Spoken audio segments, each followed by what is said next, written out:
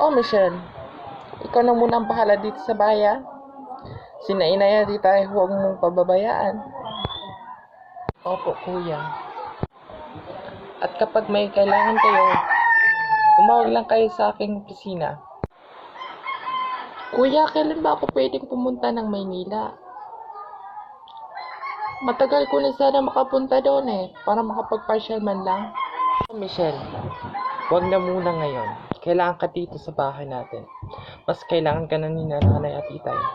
Alam mo naman, tumatanda na sila. Oh, kuya. Oh, kuya. Ready ka na ba? Pa nga kita hinihintay Ang tagal mo namang magbihis. Inubos mo na yata ang salamin. Sus naman, kuya. Parang bago ka pa rin ng bago sa akin Sige. Iwanan mo muna ng pera si Michelle. Basta pangailangan naman nila dito sa bahay. Oh, bakit?